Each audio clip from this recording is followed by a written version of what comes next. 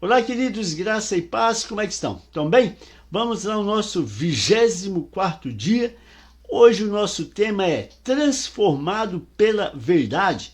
O texto base está lá em Mateus capítulo 4, versículo 4, que diz assim: as pessoas, elas precisam mais do que pão para a sua vida. Elas precisam se alimentar de cada palavra proveniente de Deus.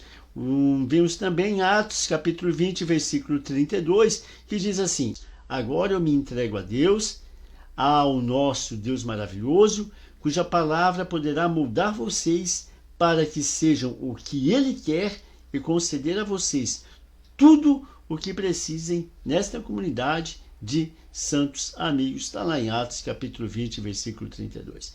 Queridos, o texto nos fala que nós precisamos ser transformados pela verdade. Só seremos transformados pela verdade. O crescimento espiritual, ele é o processo pelo qual as mentiras, elas são substituídas pelas verdades. Isso concerne ao cerne do crescimento espiritual.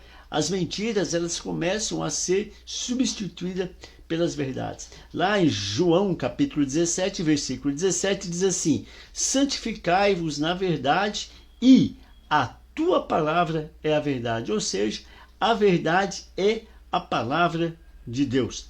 Santificação, exige revelação. Para nós sermos iguais a Jesus, nós devemos preencher a nossa vida com a palavra. Amém? A palavra de Deus, nós precisamos entender que a palavra de Deus é vida. E as palavras que eu disse são espírito de vida. Está lá em João capítulo 6, versículo 6. As palavras que eu disse são espírito e vida. Então as palavras de Deus são vida. Queridos, preste atenção em algo que está no texto. Quando Deus fala, as coisas mudam. Nós precisamos entender que tudo que nós vemos, tudo que existe, elas só existem mediante porque Deus falou. Tudo que a gente conhece hoje, tudo que a gente vê, tudo que existe, só existe porque um dia Deus falou e haja. Quando ele disse e o haja, ouve. E o haja, ouve. Amém? A palavra, ela produz vida, produz fé, produz mudança. A palavra afugenta o diabo, a palavra realiza milagres, a palavra cura feridas, a palavra ela edifica o caráter, a palavra transforma a circunstância, a palavra transmite alegria, a palavra supera a adversidade, a palavra derrota a tentação, a palavra inspira a esperança, a palavra libera poder, a palavra esclarece a mente, pela palavra as coisas são criadas. A palavra nos garante o futuro eterno. É isso que o livro nos fala.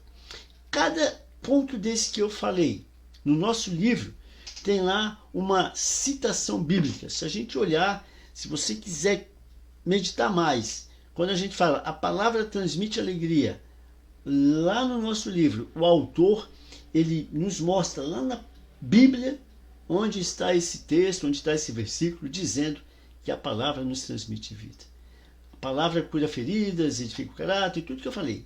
Se nós olharmos, tudo tem uma referência bíblica que o autor nos coloca aí no texto. A palavra ela é o alimento que nós nos alimentamos. E somente com esse alimento, a palavra de Deus, nós podemos seguir adiante o nosso propósito. Nós precisamos permanecer na palavra. Permanecer é a chave. Permanecer na palavra. A palavra diz assim: se vocês permanecerem firmes na minha palavra, verdadeiramente serão meus discípulos.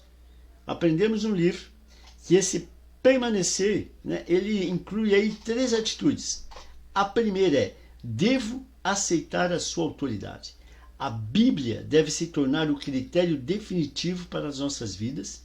Ela deve ser a bússola na qual nós edificamos todas as coisas. Segundo ponto, nós devemos assimilar a sua verdade. Não basta somente acreditar.